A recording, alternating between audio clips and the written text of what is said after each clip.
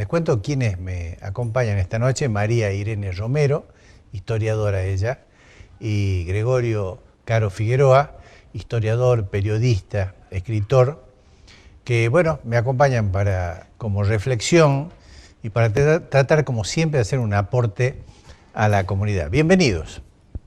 Muchas gracias. Bueno, Irene, ¿alguna reflexión sobre lo que dije al presentar el programa?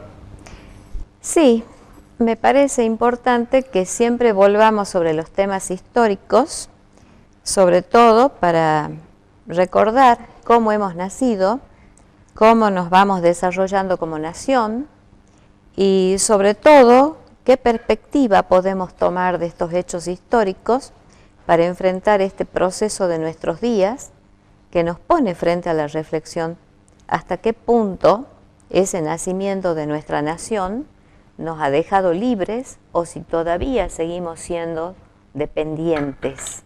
Si es que verdaderamente esta revolución no la tenemos que reeditar todos los días pensando en que para construir la nación necesitamos independizarnos de muchas cosas, porque muchas veces estamos atados a acontecimientos que en realidad nos unen a una esclavitud en ideas, en dependencias económicas, en hechos que no hemos superado como nación. Entonces a mí me parece particularmente interesante el volver la mirada hacia nuestro pasado y ver qué deudas todavía nos quedan para crecer. Ese es el sentido de que miremos la historia, no solamente como un relato, como una narración lisa, simple y sin que nos deje ninguna enseñanza, sino que ese pasado lo tenemos que revivir en función de lo que puede significar tomar elementos para mejorar nuestro presente. Ahora, lo curioso es que al hombre, no voy a usar el término genérico, al hombre y a las mujeres, aún en el mayor desencuentro los une la desgracia, ¿no? Sí. Me remito a hechos como terremotos, erupciones volcánicas, inundaciones, tsunamis. Ahí el hombre se une y trata de luchar por el uno por el otro, sin límites, sin mezquindades, pero siempre unidos en la desgracia. Bueno, en aquella oportunidad creo que nos unía la desgracia, esa dependencia, esa colonia, digamos, que el ciudadano, digamos, el pueblo no quería, aunque había quienes sí la querían, naturalmente, ¿no? Pero ahora no estamos en esa situación, sin embargo, parece que se repitieran los hechos, ¿no? Tenemos situaciones contrapuestas. Uno quieren seguir siendo esclavos de algo y otros, aunque esclavos de otra cosa, pero siempre tenemos una dependencia, ¿no? O de ideales o de capitales y nos sigue llevando al desencuentro y ni la desgracia que vive la Argentina ahora, porque vive una desgracia de décadas, pero que va subyugando al pueblo, aumentando la pobreza, la indigencia, la falta de salud, de educación sobre todo, ni eso nos une. ¿Cuál es tu reflexión sobre eso? A ver, son fechas que deberían llevar un poco a reflexionar sobre el sentido y qué fue aquello, que muchas veces tenemos, digamos, descripciones, relatos muy simplistas de los hechos, pero que hay también una necesidad de tratar de comprenderlos y de explicarlos.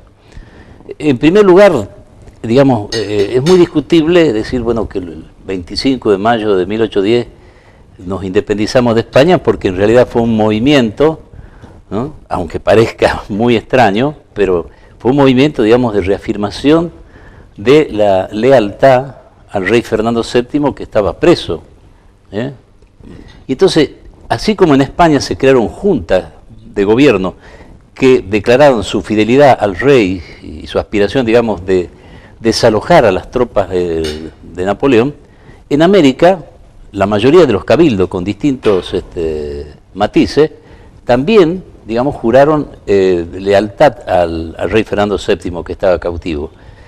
Tuvieron que pasar, bueno, los 6 años hasta el Congreso de Tucumán, que, digamos, la Argentina... Pero, perdona que te interrumpa una pregunta. Sí. ¿Ahí era una verdadera lealtad o era una lealtad disfrazada para llevar adelante la Bueno, guerra de la independencia? es discutible, porque decía, bueno, se utilizaba, la expresión era la máscara de Fernando VII, pero realmente era muy difícil, después de casi de 3 siglos, de la administración española, que dejó muchas cosas también, hizo una estructura, sobre todo administrativa, institucional, muy importante, criticable como todo en muchos aspectos, pero en realidad, digamos, nosotros hablamos el idioma español, heredamos instituciones españolas, las modificamos, pero quienes protagonizaron los hechos de 1810, 1816, la guerra de la independencia, absolutamente todos tenían un vínculo muy fuerte con España, eran en su totalidad los dirigentes hijos de españoles, de funcionarios españoles en América,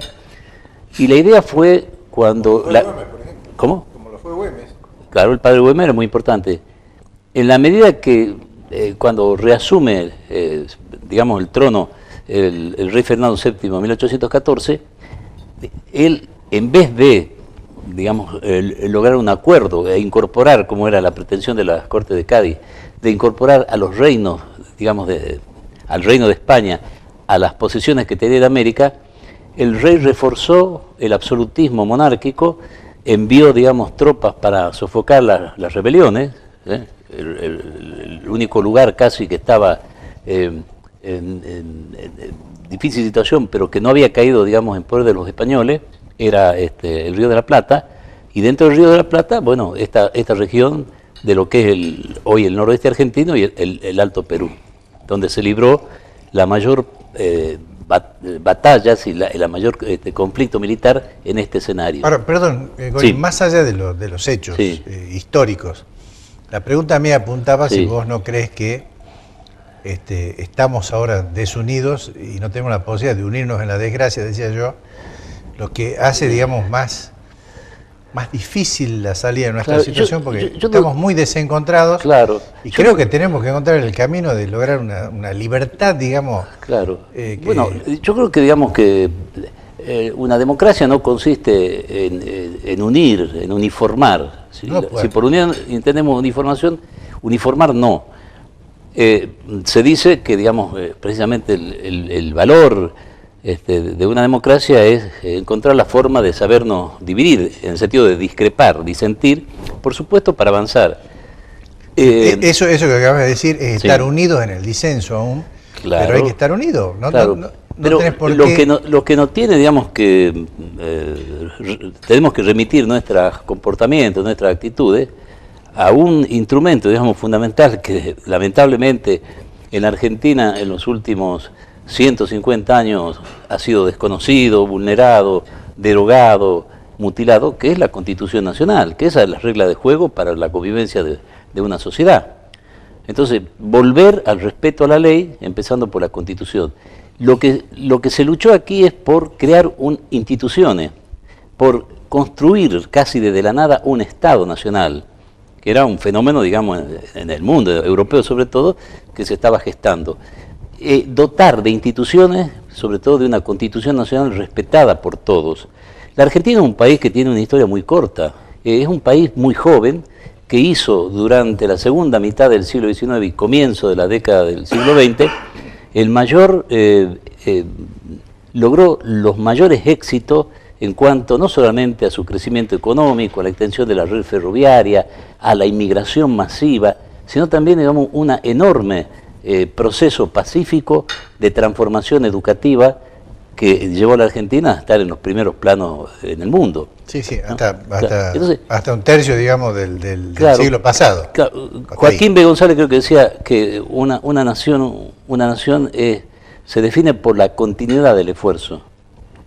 Y la Argentina en 208 ha tenido momentos muy difíciles, ha habido desencuentros, las guerras civiles se prolongaron muchísimo tiempo, durante la guerra de la independencia sucedieron las guerras civiles, luego los conflictos políticos, también expresados muchas veces a través de la violencia, de manera tal de que es un proceso de aprendizaje que no ha terminado y que si uno mira la historia no debería, digamos, que cada uno fabriquemos una versión histórica de acuerdo a nuestros intereses políticos, ideológicos, sino verdaderamente ver la historia con rigor, ver la historia de una manera rigurosa y transmitirla, ¿no? No solamente como una enseñanza, a ver, como era en la escuela, que yo no condeno eso, me parece que nos dio una base, pero que resulte insuficiente. Los ciudadanos tenemos que,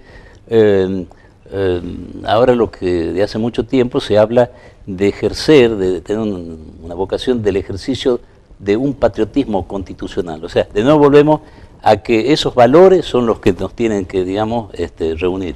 Bueno, Gori apunta a algo que es interesante, ¿no? Porque él está hablando de educación, que en un tiempo estuvo bastante bien llevada, con un objetivo bastante claro. Está bien que la ley 1420 duró demasiado y no se la revisó, no se hizo hincapié en que había que mejorar algunos temas, no se podía tener un siglo, una misma ley, pero también es verdad que hemos pasado una etapa donde hemos tenido demasiadas transformaciones en muy corto tiempo, es decir, que parece que hemos ido experimentando con leyes educativas que no han dado resultado, que en un corto plazo, en lo que llevamos de vida democrática, hemos tenido varias legislaciones con diferente mirada, y en esa mirada también entra la historia.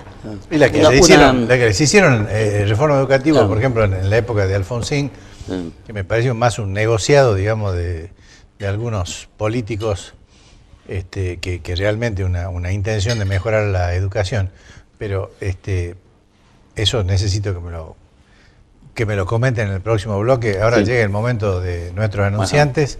Vemos qué dicen y así volvemos.